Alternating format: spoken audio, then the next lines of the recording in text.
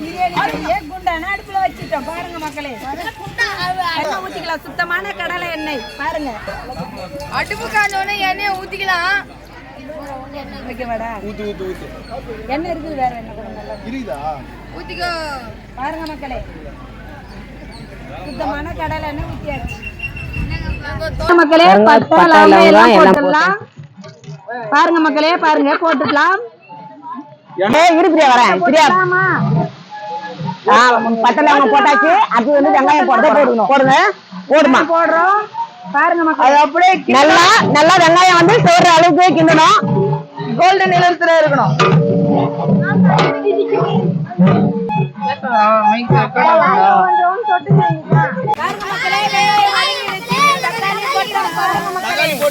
தக்காளி போட்டுக்கலாம். போட்டாச்சு. தக்காளி வதங்கிச்சு. அதுல இஞ்சி போடுறோம். இஞ்சி பூண்டு பேஸ்ட் போடுறோம். பாருங்க மக்களே, இஞ்சி பேஸ்ட் போடுறோம்.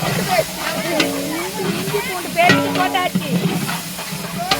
பாருங்க மக்களே, போடுறோம். அடுத்து வந்து கரம் மசாலா பாருங்க, கரம் மசாலா போடுறோம். அடுத்து பிரியாணி மசாலா போடுறோம்.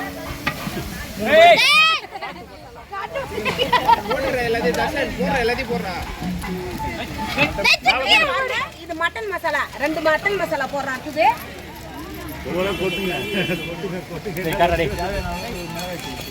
தேவையான அளவுக்கு மிளகாத்தூளுங்க, வெறும் மிளகாத்தூள். சட்டில எடுத்து அள்ளி வை மாமா. இது அள்ளி வச்சு அதில் போட்ட கறி தண்ணி அளவு தண்ணி ஊற்றுவாங்க.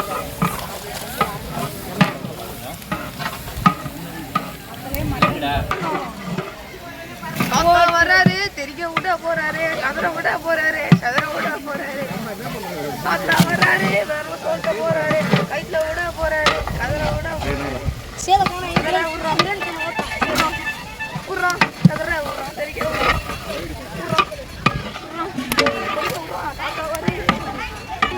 அரிசியை கழுவுறோம் மக்களே.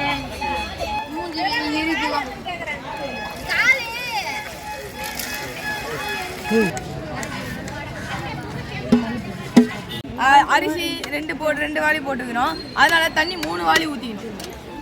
அரிசி போடுறோம்.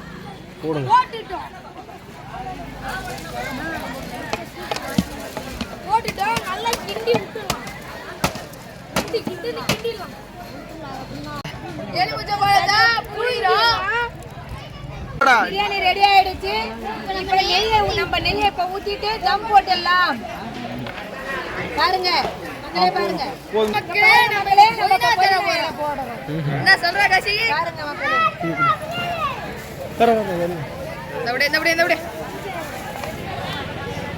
இப்போ நம்ம இலையை போட்டு தம் போட்டுடலாம். மக்களே பாருங்க, டைம்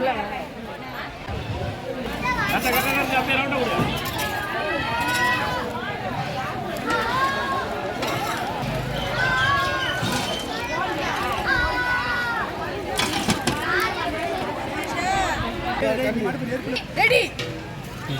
மக்களே பாருங்க, பிரியாணி இப்ப ரெடி ஆயிடுச்சு.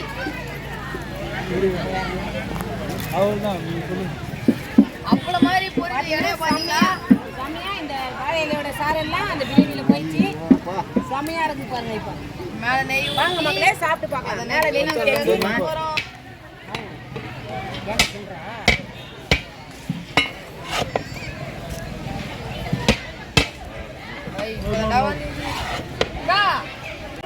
பிரியாணி ரொம்ப சூப்பரா இருக்கு.